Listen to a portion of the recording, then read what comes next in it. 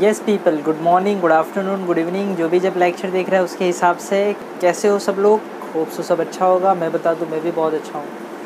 तो चलिए स्टार्ट करते हैं। नया साल अपने लिए, नया साल, नया एकेडमिक ईयर है, TY BCom, ठीक है।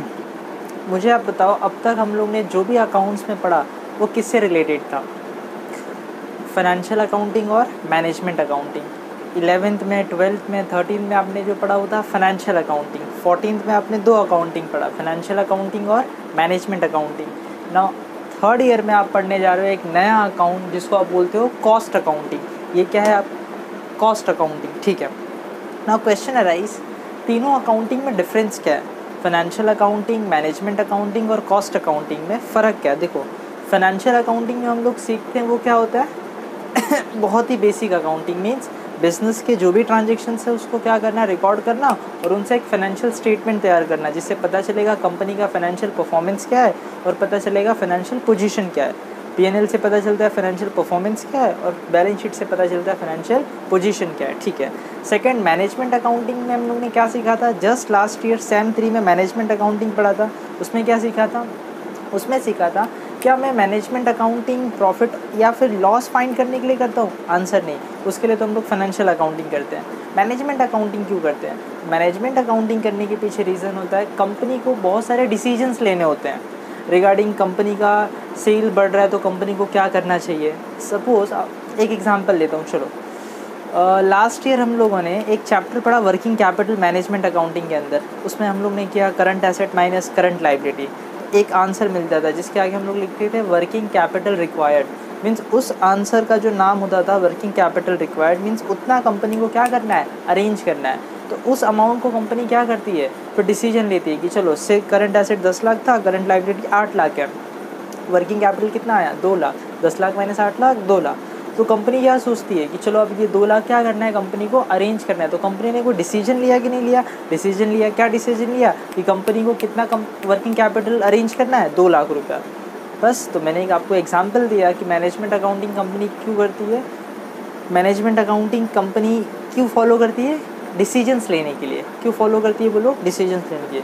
मैनेजमेंट अकाउंटिंग कंपनी क्यों फॉलो करती है? डिसीजंस लेने के लिए, ठीक है। चलो कुछ बातें और। आपने एक और चैप्टर पढ़ा था रेशियो एनालिसिस, याद है? Gross profit ratio, net profit ratio और भी बहुत सारे रेशियोज थे। वो रेशियो कंपनी क्या करती है, मतलब फाइंड करके कंपनी को क्या करना होता है? कुछ नहीं, कंपनी बस चेक करती है कि कंपनी का प्रॉफिट का परसेंटेज कितना है, कंपनी नेट प्रॉफिट का परसेंटेज कितना है, ग्रॉस प्रॉफिट का परसेंटेज कितना है। अगर वो percentage expected rate of return से कम है तो कंपनी और मेहनत करती है, नए नए प्लान्स बनाती है, ठीक है। ओके, नाउ आज जो आप पढ़ने जा रहे हो इसको हम लोग बोलते हैं कॉस्ट अकाउंटिंग।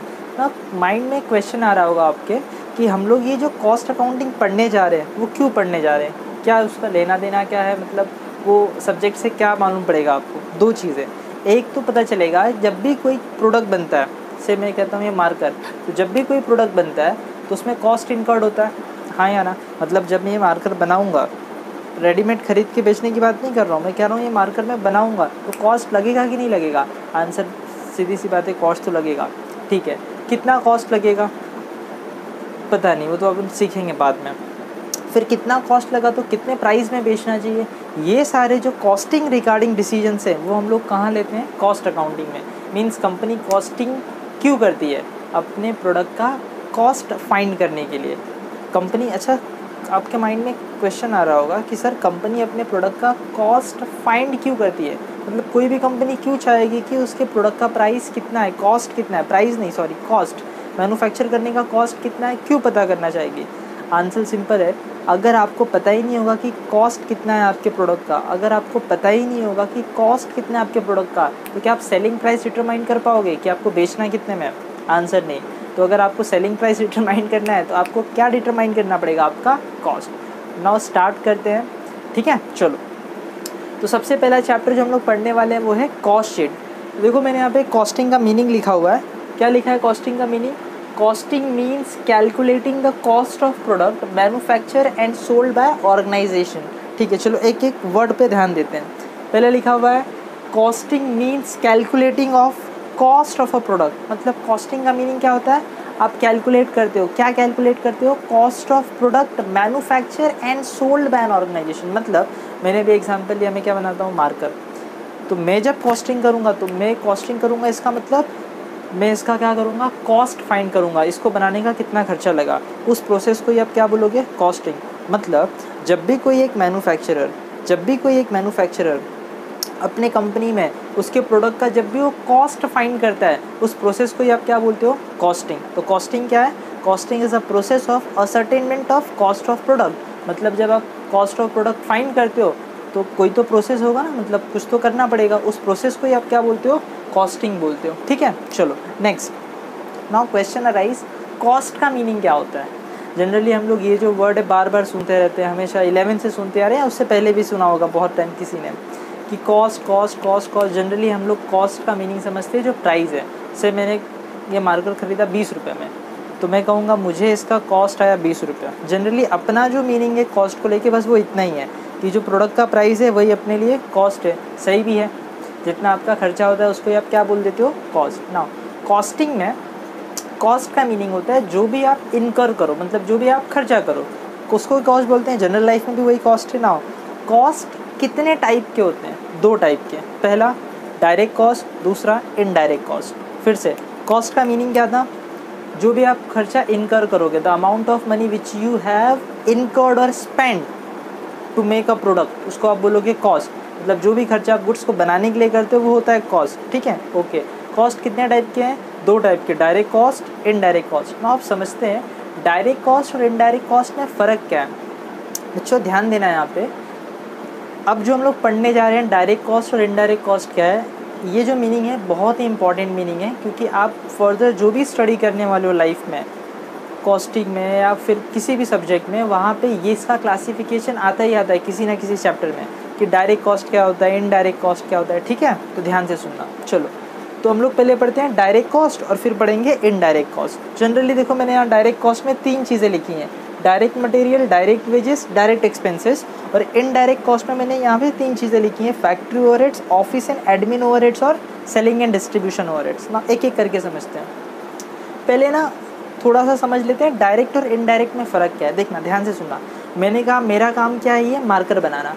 तो मैं कहता हूँ मार्कर बनाने से रिलेटेड जो भी मेरा खर्चा होगा ना, उसको मैं कहूँगा डायरेक्ट कॉस्ट। मैं रिपीट करता हूँ, मार्कर बनाने से रिलेटेड जो भी मेरा खर्चा होगा ना, मैं उसको कहूँगा डायरेक्ट कॉस्ट। आपके माइंड में एक क्वेश्चन आएगा, सर आप जो भी खर्चा करोगे वो सब मार्कर बनाने से रिलेटेड ही तो होगा, हाँ या ना? आपके माइंड में ये आ रहा है, सर आप तो जो भी खर्चा करोगे वो तो सारा का सारा खर्चा क्यों होगा, मार्कर बनाने से रिलेटेड ही होगा। तो फिर वो डायरेक्ट हुआ कि इनडायरेक्ट हुआ? ना अब समझना, डायरेक्ट मतलब सिर्फ वो खर्चा, ध्यान से सुनो, डायरेक्ट कॉस्ट मतलब वो कॉस्ट जो आप इनकर कर रहे हो सिर्फ और सिर्फ प्रोडक्ट को बनाने के लिए।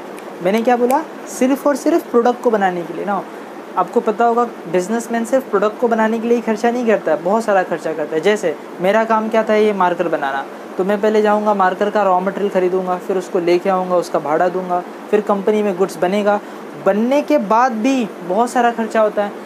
मैंने अपने कंपनी में एक ऑफ़िस खोल रखा होगा जिसमें सारे एम्प्लॉयज़ बैठे होंगे जो हिसाब किताब कर रहे होंगे कि कितना माल आया, कितना माल बन गया, कितना माल बेचना है, कितना माल बिक गया, कितने का पैसा आना बाकी है।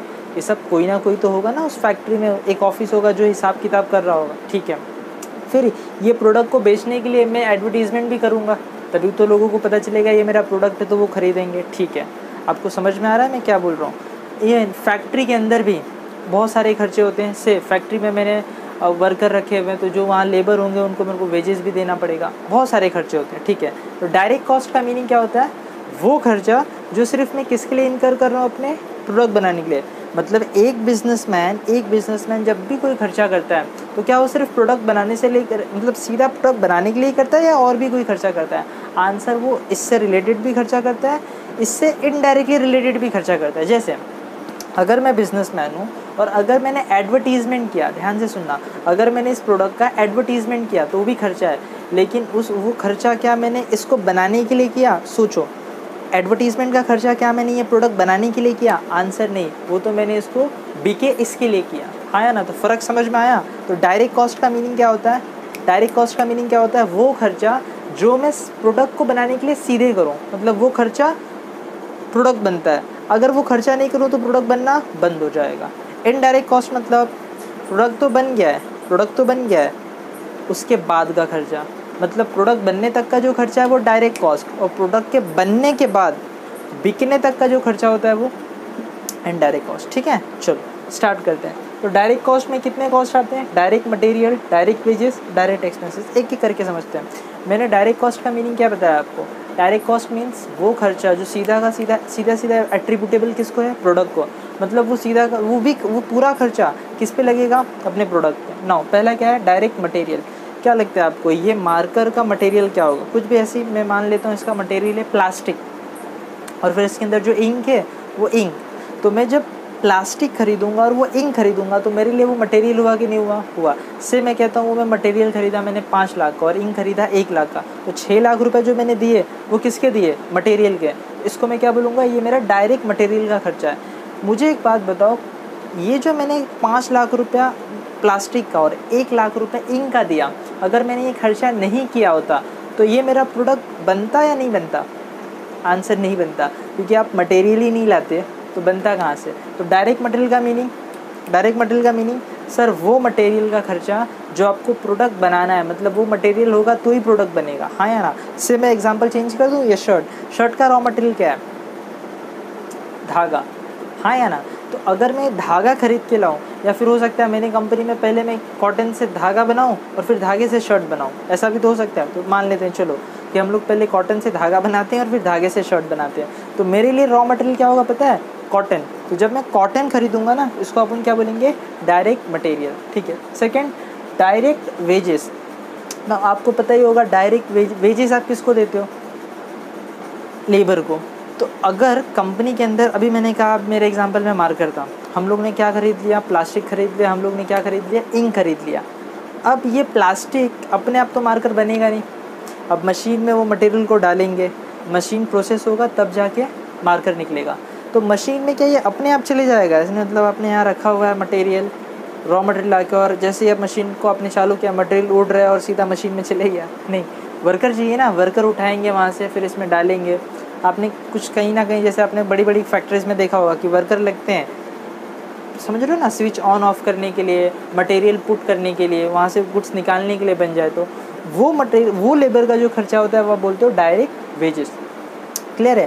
थर्ड है डायरेक्ट एक्सपेंसेस। ये देखो, ये ऐसा खर्चा है ना जो सारे बिजनेसमैन को नहीं करना पड़ता है।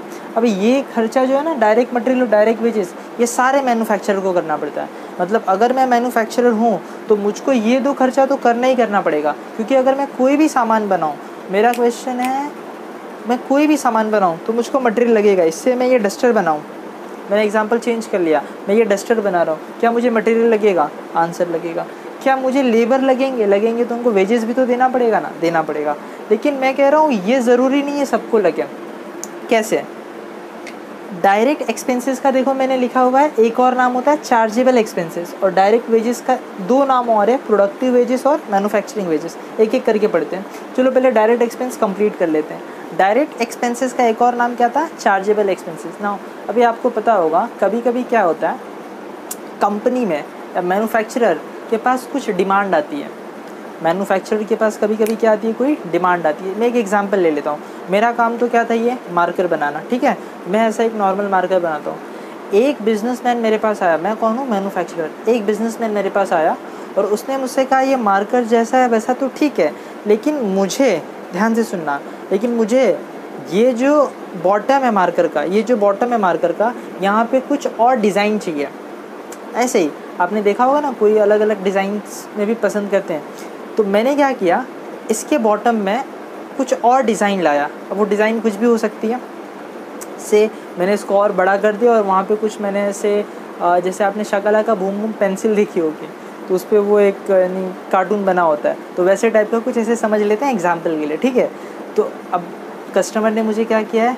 डिमांड किया हुआ है कि उसको ऐसा, मतलब मान लेते हैं शकला के बूम बूम पे जो पेंसिल के ऊपर जो कार्टून होता है ना, वो कार्टून, तो मुझे उसने कहा वो कार्टून भी लगा के चाहिए। तो वो जब भी लिखेगा तो उस पर वो दिखना चाहिए, कार्टून दिखना चाहिए।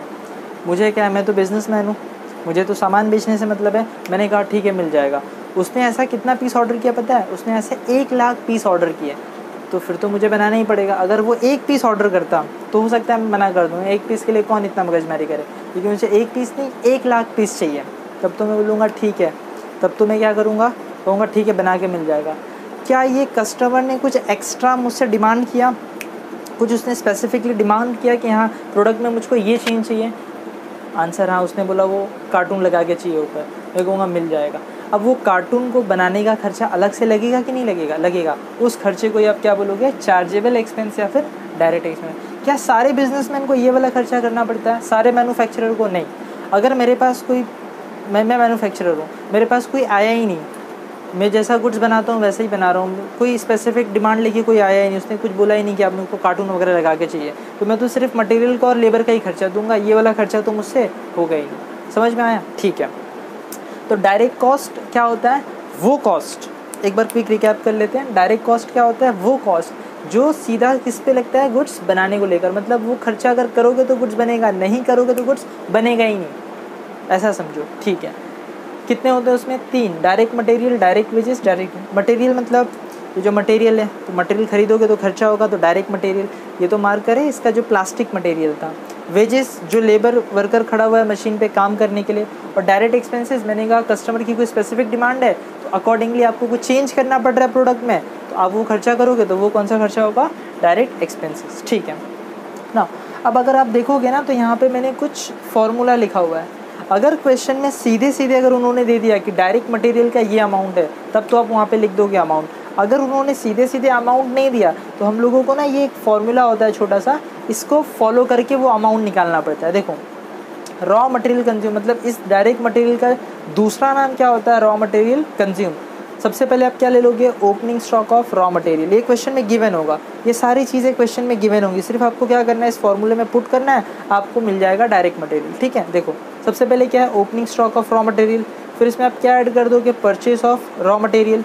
ऐड क्या करोगे? Carriage invert. कैरिज इनवर्ट लेके आने का भाड़ा। क्या लेके आने का भाड़ा? गुड्स जो आप मटेरियल खरीद रहे हो उसको लेके आने का भाड़ा, minus closing stock of raw material. जैसे ही आप ये फॉर्मूले में सारे आंसर्स पुट करोगे, जो भी आंसर आएगा उसका क्या नाम होगा? डायरेक्ट मटेरियल या फिर रॉ मटेरियल कंज्यूम। ठीक है। दूसरा, डायरेक्ट वेजेस। इसके 2 नाम और हैं, productive wages, manufacturing wages. Question में ज़्यादा करके तो यही नाम दिया होता है, डायरेक्ट वेजेस या डायरेक्ट लेबर, लेकिन कभी कभी क्वेश्चन में प्रोडक्टिव वेजेस बोल देते हैं, मैन्युफैक्चरिंग वेजेस बोल देते हैं, तो इससे कोई टेंशन नहीं है। अगर ये 2 नाम भी दिखा तो समझ जाना है अपने को ये क्या है, वो डायरेक्ट वेजेस है। ठीक है। थर्ड क्या है? डायरेक्ट एक्सपेंस, जिसका एक और नाम क्या है? Chargeable expenses.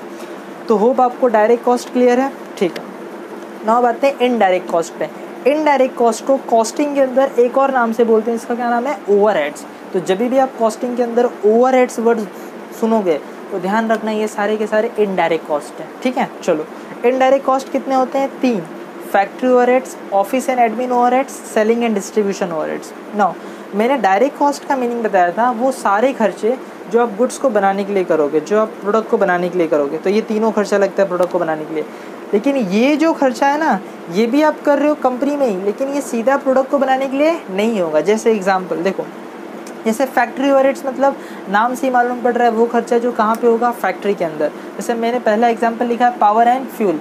मुझे अब बताओ, मशीन चलने के लिए पावर लगेगा, फ्यूल लगेगा? लगेगा। तो वो जो पावर की, जो इलेक्ट्रिसिटी का जो आप बिल भरोगे, से मैं कहता हूँ 10,000 रुपया, वो जो 10,000 रुपया मैं बिल भर रहा हूँ, वो खर्चा मेरे प्रोडक्ट से डायरेक्टली रिलेटेड है या इनडायरेक्टली रिलेटेड है? सोच के आंसर दो। आप कहोगे सर बिल तो भरना डायरेक्टली रिलेटेड है, क्योंकि बिल नहीं भरते तो मशीन नहीं चलती, मशीन नहीं चलती तो गुड्स नहीं बनता। आप ऐसा सोच रहे हो, आपने ऐसे ही लिंक किया होगा कि सर मशीन चलने के लिए पावर लगेगा, पावर इलेक्ट्रिसिटी लगेगा, पावर आपने यूज़ किया तो मशीन चली, मशीन चली तो प्रोडक्ट बना, और प्रोडक्ट बनाने के लिए तो खर्चा होगा। तो आप ऐसा सोच रहे हो कि ये खर्चा भी कौन सा है? प्रोडक्ट बनाने को लेकर है। मैं ऐसा नहीं कह रहा हूँ, ध्यान से सुनना, कि पावर का खर्चा प्रोडक्ट बनाने के लिए नहीं हुआ, प्रोडक्ट बनाने के लिए हुआ, लेकिन डायरेक्टली नहीं, इनडायरेक्टली। आप भी ज़रा सोचो, आप यही तो सोच रहे थे कि पावर लगा मशीन चलाने के लिए, मशीन चला तो प्रोडक्ट बना, तो बीच में मशीन आया कि नहीं आया? मतलब ये जो खर्चा हुआ, पावर का जो खर्चा हुआ, प्रोडक्ट बनाने को लेके ही हुआ, लेकिन डायरेक्ट नहीं। जैसे मटेरियल जब भी आपने ख़रीदा तो डायरेक्ट किसके ही खर्चा हुआ था? हाँ या ना? मटेरियल ख़रीदा आपने तभी तो ये बन पाएगा, ये गुड्स बन पाएगा। लेकिन जब आपने पावर का बिल दिया तब ये रिलेटेड तो था, लेकिन डायरेक्टली रिलेटेड नहीं था। कैसे रिलेटेड था? इनडायरेक्टली। डन। एक और एग्जांपल लेते हैं, फैक्ट्री का रेंट। अभी जो हम लोग का प्रीमाइसेस है, मान लेते हैं जो अपना जहाँ पे हम लोग मैन्युफैक्चरिंग कर रहे हो रेंटेड है, तो मंथली रेंट है मान लेते हैं 10,000 रुपया। अब हर महीने 10,000 रुपया भाड़ा देना पड़ता है। मेरा क्वेश्चन है, जब भी मैं अपने लैंडलॉर्ड को 10,000 रुपया भाड़ा दे रहा हूँ, सब अपन भाड़ा देंगे, तो वो भाड़ा देना मेरे प्रोडक्ट का कॉस्ट माना जाएगा या नहीं माना जाएगा? क्या वो प्रोडक्ट के कॉस्ट से रिलेटेड है? मतलब गुड्स बनाने, वो खर्चा गुड्स बनाने के लिए मैं कर रहा हूँ, मतलब मैं अपने फैक्ट्री ओनर को जो रेंट दूंगा वो रेंट मेरे गुड्स को बनाने से रिलेटेड है या नहीं है? सोच के आंसर दो। आप फिर से वैसे ही सोच रहे हो, सर अगर प्रीमाइसेस रेंटेड है, अगर आप रेंट दे रहे हो तो प्रीमाइसेस है तभी तो आप गुड्स बना पा रहे हो, तो इसका मतलब ये कॉस्ट भी किससे रिलेटेड है? प्रोडक्ट से। लेकिन डायरेक्टली या इनडायरेक्टली? इनडायरेक्टली। क्यों इनडायरेक्टली? क्योंकि आपने जो 10,000 रेंट दिया वो सीधा का सीधा प्रोडक्ट का नहीं दिया, वो तो आपने फैक्ट्री का रेंट दिया। हाँ या ना? समझ में आ रहा है? तो ये कॉस्ट भी इससे रिलेटेड है, लेकिन डायरेक्टली रिलेटेड नहीं है, इनडायरेक्टली रिलेटेड है। इसके लिए आप इसको क्या बोलते हो? Indirect cost. ये जो खर्चे थे वो डायरेक्टली रिलेटेड थे। सर डायरेक्टली कैसे रिलेटेड है? जो आप मटेरियल खरीदोगे, जो आप इसका मटेरियल खरीदोगे, मैंने कहा प्लास्टिक, वो प्लास्टिक का आप जो खर्चा करोगे तो डायरेक्टली रिलेटेड हुआ ना, वो सीधा का सीधा आप ये सामान पे ही तो खर्चा कर रहे हो। लेकिन फैक्ट्री का रेंट दोगे तो आप ये सामान पे खर्चा नहीं कर रहे हो, आप उसको बनाने के लिए, गुड्स को बनाने के लिए आप वो खर्चा कर रहे हो। मतलब डायरेक्टली खर्चा नहीं हो रहा है, इनडायरेक्टली खर्चा हो रहा है, इसलिए इसको क्या बोलते हैं अपन? Indirect cost. ठीक है, नेक्स्ट, तो ये सारे एग्जाम्पल इनडायरेक्ट कॉस्ट के। Power and fuel, factory rent, factory manager salary, indirect material, indirect wages, store keeper salary, material handling charges, depreciation और मशीन, ये सारे एग्जाम्पल्स हैं। अच्छा, एक बात आपने नोटिस किया, ध्यान दो, ये देखो, अगर खर्चा डायरेक्ट मटेरियल का है, अगर खर्चा डायरेक्ट मटेरियल का है तो वो डायरेक्ट कॉस्ट बनेगा, लेकिन अगर वो इनडायरेक्ट मटेरियल है तो factory overheads. Now question arise, तो डायरेक्ट मटेरियल तो सर समझ में आ गया, जो अपने प्रोडक्ट का मटेरियल है, जो प्लास्टिक रॉ मटेरियल है। इनडायरेक्ट मटेरियल का क्या मीनिंग है? तो सुनना, कंपनी के अंदर जहाँ मैन्युफैक्चरिंग हो रही है वहाँ पे ना मेन मटेरियल को छोड़ के और भी सारे मटेरियल लगते हैं। जैसे आपको मैं एग्जांपल देता हूँ, मशीन है तो मशीन को रन करने के लिए आपको ऑयल लगेगा, हाँ या ना? लगेगा, जो मशीन में डालना पड़ेगा, नहीं तो मशीन जाम हो जाएगी। सेकेंड, फैक्ट्री के अंदर साफ़ सफाई करने के लिए आपने देखा होगा वहाँ पे बहुत सारे जो है इक्विपमेंट्स रखे होते हैं, टूल रखे होते हैं जिससे मशीन वगैरह साफ़ किया जाता है या फैक्ट्री साफ़ की जाती है। वो सारे भी तो मटेरियल हैं या नहीं है? अब सोचो, वो सारे मटेरियल हैं कि नहीं है? तो वो सारे मटेरियल कौन से होते हैं? इनडायरेक्ट मटेरियल होते हैं। वो भी तो खर्चा हुआ ना फैक्ट्री के अंदर, की नहीं हुआ? अब मैंने कहा वो जो फ्यूल वगैरह है, या फिर मैंने कहा वो जो ऑयल वगैरह लगेगा, तो वो ऑयल कहाँ यूज़ होगा? ऑफिस में तो यूज़ होगा नहीं, फैक्ट्री में यूज़ होगा। इसके लिए इसको हम लोग क्या बोलते हैं? Factory overheads. कोई डाउट? और देखो नेक्स्ट लिखा हुआ इनडायरेक्ट वेजेस। डायरेक्ट वेजेस होगा तो आप कहाँ रिकॉर्ड करोगे उसको? डायरेक्ट कॉस्ट में। लेकिन इनडायरेक्ट वेजेस होगा तो कहाँ रिकॉर्ड करोगे? फैक्ट्री में। तो आप ध्यान से सुनो, डायरेक्ट वेजेस का क्या मीनिंग था? सर डायरेक्ट वेजेस का मीनिंग था वो जो आप लेबर को दोगे, और वो लेबर कहाँ काम कर रहा है? फैक्ट्री के अंदर। और वो क्यों काम कर रहा है? प्रोडक्ट को बनाने के लिए। मैंने 3 बात बोली, सुना आपने ध्यान से? फिर से सुनो 3 बात। एक तो वो लेबर है, काम कर रहा है, कहाँ काम कर रहा है? फैक्ट्री में काम कर रहा है, वो भी फैक्ट्री में प्रोडक्ट बनाने के लिए काम कर रहा है, डायरेक्ट वेजेस। अब दूसरी बात सुनो, कोई एक लेबर है जो फैक्ट्री में काम कर रहा है, कोई एक लेबर है फैक्ट्री में काम कर रहा है, लेकिन प्रोडक्ट बनाने के लिए काम नहीं कर रहा है, कुछ और काम कर रहा है। आप बोलोगे सर और क्या काम होता है फैक्ट्री के अंदर? गुड्स बनाने के अलावा और क्या काम होता है? सोचो, मैंने अभी इसके पहले एग्जांपल दिया। मशीन में देखो कैसा होता है ना, वहाँ पे बहुत सारे लोग होते हैं, जो आपने देखा होगा डिस्कवरी चैनल पे, कुछ लोग होते हैं जो सीधे मशीन पे बैठे होते हैं, यानी मशीन पे ऐसे खड़े हो गया, बैठ के काम कर रहे हैं। कुछ लोग होते हैं जो वहाँ पे सिर्फ होते हैं प्रोडक्ट को एक जगह से उठा के दूसरी जगह रखने के लिए। जैसे यहाँ पे सामान है तो उठा के यहाँ से वहाँ रख देंगे, या फिर वहाँ पे मशीन को साफ़ करने के लिए होंगे, या फिर फैक्ट्री प्रीमाइसेस साफ़ करने के लिए कुछ वर्कर होंगे जिनका काम प्रोडक्ट बनाना नहीं है, साफ़ सफाई करना है, ऑयल वगैरह डालना है, या फिर गुड्स एक जगह से उठा के दूसरी जगह करना है। वो भी तो लेबर हैं। क्या वो काम कर रहे हैं कंपनी के अंदर? आंसर हाँ, काम कर रहे हैं। क्या वो प्रोडक्ट बनाने के लिए सीधा काम कर रहे हैं? नहीं, वो इनडायरेक्टली काम कर रहे हैं। प्रोडक्ट बनाने के लिए तो वो लेबर काम कर रहा है जो मशीन के पास खड़ा है, जो बैठा हुआ है, हाँ या ना? तो ये जो लेबर है जो मशीन वगैरह साफ़ कर रहा है, ऑयलिंग वगैरह कर रहा है, उसको जो वेजेस दोगे वो कौन सा वेजेस होगा? Indirect wages. उसको कहाँ रिकॉर्ड करना है? फैक्ट्री ओवरहेड्स में। फैक्ट्री ओवरहेड्स में सर क्यों? क्योंकि वो कहाँ पे काम कर रहा है? फैक्ट्री के अंदर। ठीक है, इनडायरेक्टली फैक्ट्री ओवरहेड्स मतलब वो सारे खर्चे जो कहाँ इनकर्ड होंगे? फैक्ट्री के अंदर। मतलब फैक्ट्री के अंदर जो भी खर्चा होगा, ध्यान से सुनना, फैक्ट्री के अंदर जो भी खर्चा होगा सब कहाँ रिकॉर्ड करोगे? फैक्ट्री ओवरहेड्स में। ठीक है, next office and administration overheads, नाम से ही पता चलता है वो खर्चा जो कहाँ पे हो, ऑफिस। ठीक है, देखो office salary, printing and stationery, depreciation on computer, telephone expenses, office electricity, postage and telegram. अब ये सारे खर्चे से आप फेमिलियर हो, 11 से सारे खर्चे पढ़ते आ रहे हो, हाँ या ना। इसको कहाँ रिकॉर्ड करना है, ऑफिस में। क्या ये सारे खर्चे, मेरा एक सिंपल सा क्वेश्चन है आपसे, ये सारा खर्चा प्रोडक्ट बनाने से रिलेटेड होता है?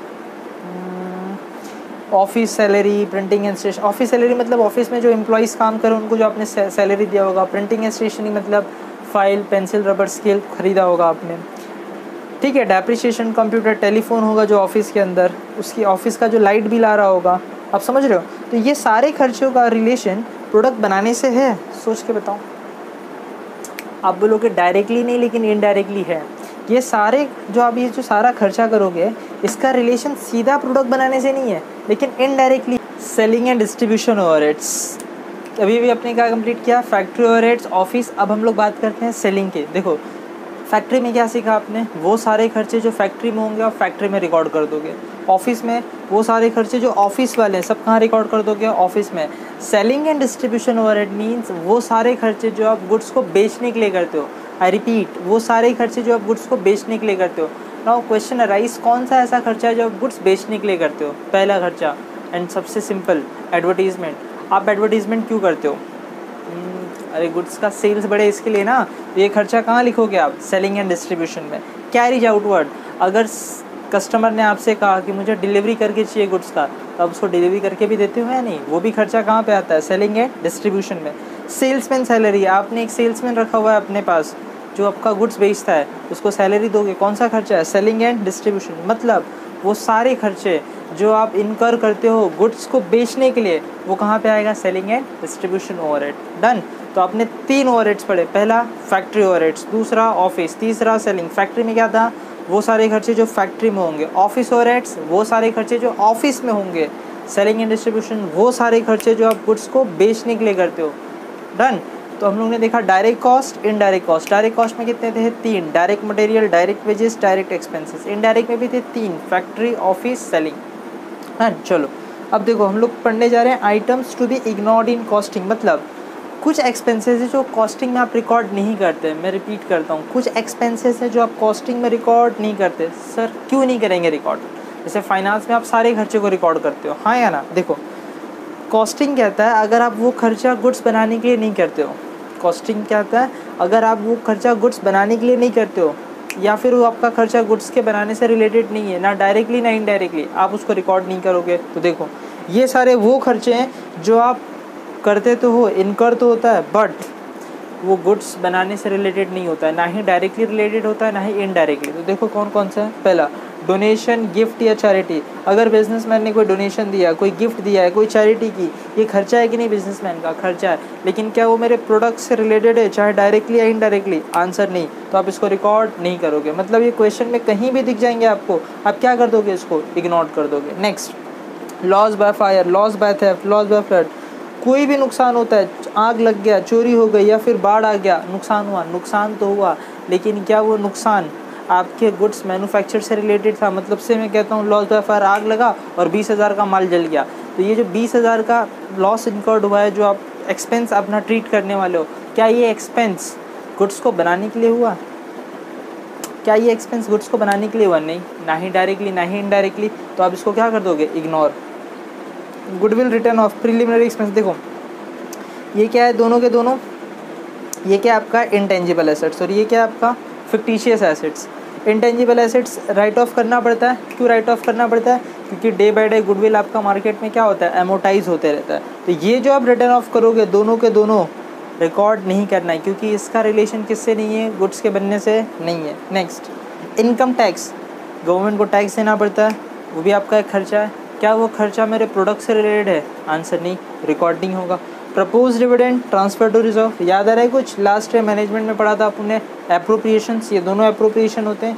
ये दोनों खर्चे भी, आपने डिविडेंड दिया अपने शेयर होल्डर को, खर्चा है कि नहीं? खर्चा है, खर्चा है, लेकिन क्या प्रोडक्ट बनाने से रिलेटेड है ये? आंसर नहीं, तो रिकॉर्ड नहीं होगा। Interest on loan, interest on debenture, interest on capital, कोई भी इंटरेस्ट आ जाए आपको रिकॉर्ड नहीं करना है, क्योंकि ये सारे वो एक्सपेंसेस हैं जो आपके प्रोडक्ट बनाने से रिलेटेड नहीं है, ना ही डायरेक्टली ना ही इनडायरेक्टली। प्रॉफिट और loss on sale of asset, मतलब आप एसेट बेचो आपको प्रॉफिट हो जाए या फिर आपको लॉस हो जाए, दोनों ही रिकॉर्ड नहीं करना है। Next, bad debts, RDD, discount allowed, आपको पता ही है जो पैसा डूब गया जिस पे आपको डाउट है या फिर आपने कोई डिस्काउंट दिया, ये भी खर्चा होता है, हाँ या ना। लेकिन क्या इसका रिलेशन प्रोडक्ट के बनाने से है? आंसर नहीं। मतलब सिंपल, कोई भी ऐसा खर्चा जो कंपनी इनकर करती है, ध्यान से सुनना, कोई भी ऐसा खर्चा जो कंपनी इनकर करती है और उसका रिलेशन गुड्स के मेकिंग से नहीं होता है, गुड्स के बनाने से नहीं होता है, ना ही उसका कोई असर आपके गुड्स पे हो, चाहे वो डायरेक्टली चाहे वो इनडायरेक्टली, उसको रिकॉर्ड आप नहीं करोगे। डन। चलो, तो हम लोगों ने अभी पढ़ा डायरेक्ट कॉस्ट, इनडायरेक्ट कॉस्ट, और क्या पढ़ा, कौन कौन सी चीज़ें हैं जो रिकॉर्ड नहीं करनी है। ये सारा आपको लिखना नहीं है, ये आपको भी मैं PDF दूंगा, उस PDF में से आपको कॉपी करना है, ठीक है। चलो, तो अब हम लोग सीखने जा रहे हैं cost sheet. Last year management में आपने इनकम स्टेटमेंट सीखा था, हाँ या ना, sales less COGS, gross profit, add operating income less operating expense, याद आ रहा है कुछ? तो वो एक फॉर्मेट था, वैसे ही कॉस्ट शीट का एक फॉर्मेट होगा जो भी हम लोग सीखने जा रहे हैं। कॉस्ट शीट अभी भी हम लोग ने पढ़ा था, कॉस्ट 2 टाइप के होते हैं, डायरेक्ट कॉस्ट, इनडायरेक्ट कॉस्ट, बस पूरा कॉस्ट शीट वही है, कुछ नया नहीं है।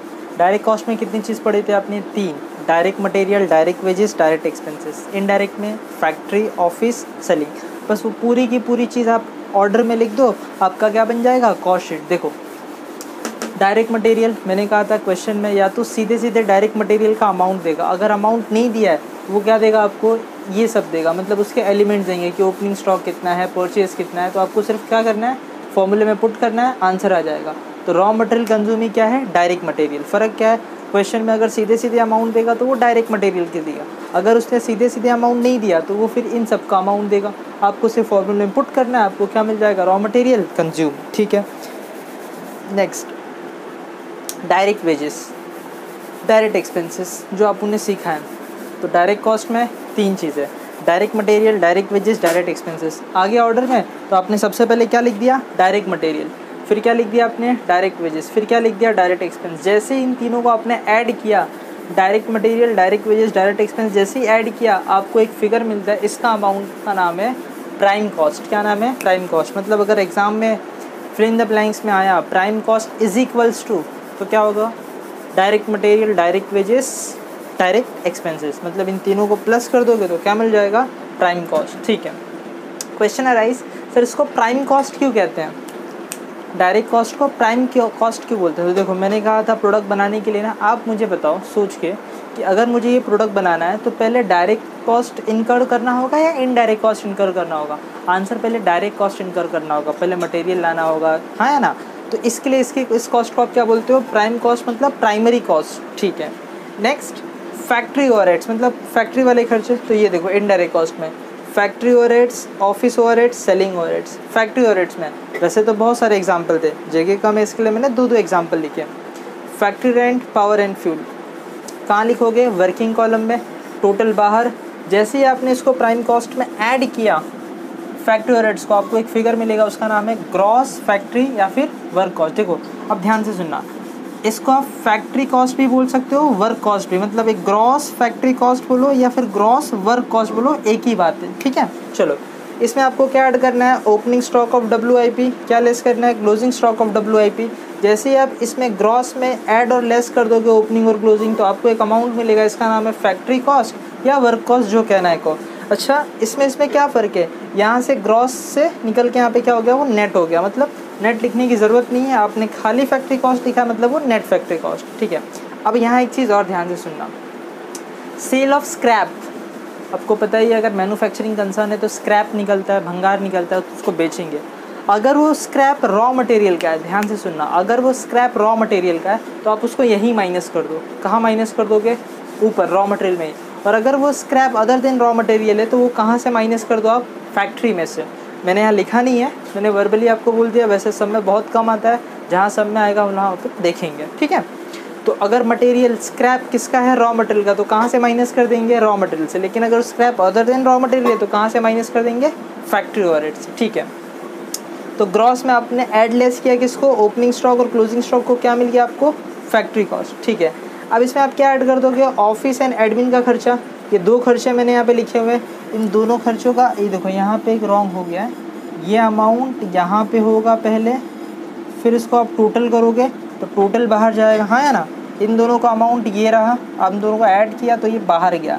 अब देखो ऑफिस का ये जो टोटल है आपने इसको किस में ऐड किया, फैक्ट्री में। तो फैक्ट्री में जब ये ऐड करोगे तो एक अमाउंट मिलेगा, इसका नाम क्या है, कॉस्ट ऑफ प्रोडक्शन।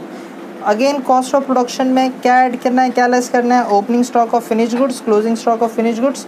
जब आप ये लेस कर दोगे तो आपको एक अमाउंट मिलेगा जिसका नाम है कॉस्ट ऑफ गुड्स सोल्ड, ठीक है। फिर इसमें आप क्या ऐड कर दोगे, सेलिंग एंड डिस्ट्रीब्यूशन। 2 एग्जाम्पल लिया, अगेन मैंने यहाँ पे वही आउटर में लिख दिया है।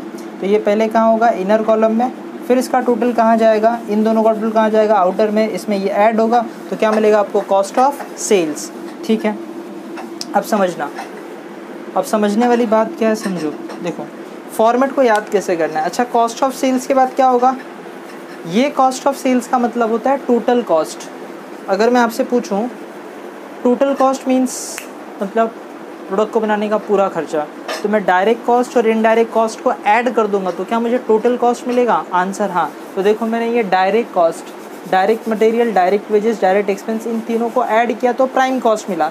अब ये प्राइम कॉस्ट के अंदर मैं फैक्ट्री का, ऑफिस का, सेलिंग का खर्चा क्या करते आ रहा हूँ, ऐड करते आ रहा हूँ। तो एंड में जो मिलेगा उसको मैं क्या बोलूँगा, कॉस्ट ऑफ सेल्स। इसका दूसरा नाम क्या होता है, टोटल कॉस्ट। अब ये टोटल कॉस्ट में आप क्या करोगे, बोलो, आप प्रॉफिट ऐड करोगे और उसको बेच दोगे। से मैं कहता हूँ ना, मेरा जो टोटल कॉस्ट है, कॉस्ट ऑफ सेल है यहाँ पे 20 लाख रुपया, और मैंने उसको बेचा कितने में, 22 लाख रुपए में। तो मुझे बताओ, मुझे 2 लाख का क्या हो गया, प्रॉफिट। तो आपको यहाँ जो डिफरेंस निकल के आएगा वो होगा प्रॉफिट। लेकिन अगर 20 लाख का सेल है और मैंने उसको 17 लाख में बेचा है तो 3 लाख का क्या निकल के आएगा, लॉस। समझ में आ रहा है आपको। तो ये एड लेस दोनों क्यों लिखा है मैंने, अगर प्रॉफिट होगा तो आप प्लस कर दोगे, लॉस होगा तो माइनस कर दोगे। तो कोई डाउट शीट में, बहुत ही सिंपल है। डायरेक्ट कॉस्ट इनडायरेक्ट कॉस्ट को सिर्फ ऑर्डर में अरेंज कर दो, आपको क्या मिल जाएगा, कॉस्ट शीट। एक बार और देख लेते हैं। सबसे पहले मेरे साथ बोलो, सबसे पहले रॉ मटेरियल कंज्यूम, उसका formula opening stock of material add purchase add carriage inward less closing stock, क्या मिल गया, नेट फिगर मिल गया, ठीक है। क्या ऐड कर दोगे, डायरेक्ट वेजेस, फिर क्या ऐड कर दोगे, डायरेक्ट एक्सपेंस, क्या मिलेगा, प्राइम कॉस्ट, ठीक है। यहाँ तक समझ में आया, ठीक है। एक बार प्राइम कॉस्ट मिल गया, फिर उसमें क्या ऐड करना है, फैक्ट्री के खर्चे। एक बार प्राइम कॉस्ट मिल गया तो फैक्ट्री के खर्चे, जैसे ही ऐड करोगे क्या मिलेगा, ग्रॉस फैक्ट्री कॉस्ट। उसमें क्या ऐड करोगे, क्या लेस करोगे, ऐड करोगे ओपनिंग WIP, लेस करोगे क्लोजिंग WIP, तो क्या मिलेगा, फैक्ट्री कॉस्ट, ठीक है। नेट वर्ड नहीं लिखना होता है। फिर इसमें क्या ऐड करोगे, ऑफिस के खर्चे। जैसे ही ऑफिस के खर्चों को ऐड करोगे क्या मिलेगा, cost of production. Now question arise, इसको कॉस्ट ऑफ प्रोडक्शन क्यों बोलते हैं, ध्यान से सुनो। फैक्ट्री के खर्चे में जैसे आप ऑफिस का खर्चा ऐड कर दोगे ना, तो कॉस्ट ऑफ प्रोडक्शन क्यों बोलते हैं, क्योंकि देखो प्रोडक्शन कॉस्ट में सिर्फ फैक्ट्री का ही कॉस्ट नहीं माना जाता है। मैं कहता हूँ ये मार्कर है, ये मार्कर को बनाने का खर्चा आया 10 रुपया, तो मैं सिर्फ बनाने का ही खर्चा नहीं दिखूंगा, इसके बनाने में ऑफिस में भी जो लोग काम कर रहे हैं ना, ऑफिस में जो लोग काम कर रहे हैं, मतलब अब जो वहाँ पे बैठ के इसकी अकाउंटिंग कर रहा है ऑफिस के अंदर, उसको भी मैं जो फीस पे करूँगा वो भी खर्चा इसमें ऐड करना पड़ेगा कि नहीं करना पड़ेगा, करना पड़ेगा। तो इसके लिए अपन उसमें क्या ऐड करते हैं, ऑफिस के खर्चे जो प्रोडक्शन रिलेटेड है। याद रखना, देखो अभी अपन TY BCom में है तो यहाँ पे वो लेवल के सम्स नहीं आते हैं। ऑफिस के खर्चे 2 तरीके के होते हैं, ध्यान से सुनना। मैंने कहा ऑफिस के खर्चे 2 तरीके का, एक होता है प्रोडक्शन रिलेटेड खर्चा और एक होता है नॉन प्रोडक्शन। तो प्रोडक्शन रिलेटेड जो खर्चा होता है वो यहाँ पे आता है, जो नॉन प्रोडक्शन रिलेटेड खर्चा होता है यहाँ पे नहीं आता है। बट अपने सम्स में, क्योंकि अपन TY BCom में अपना जो लेवल है वो उतना बड़ा लेवल नहीं है, मतलब CA वगैरह का एग्ज़ाम देने जाओगे तो वहाँ पे यहाँ पे भी बाइफर्केशन आता है। ऑफिस में भी 2 होते हैं, प्रोडक्शन रिलेटेड और नॉन प्रोडक्शन रिलेटेड।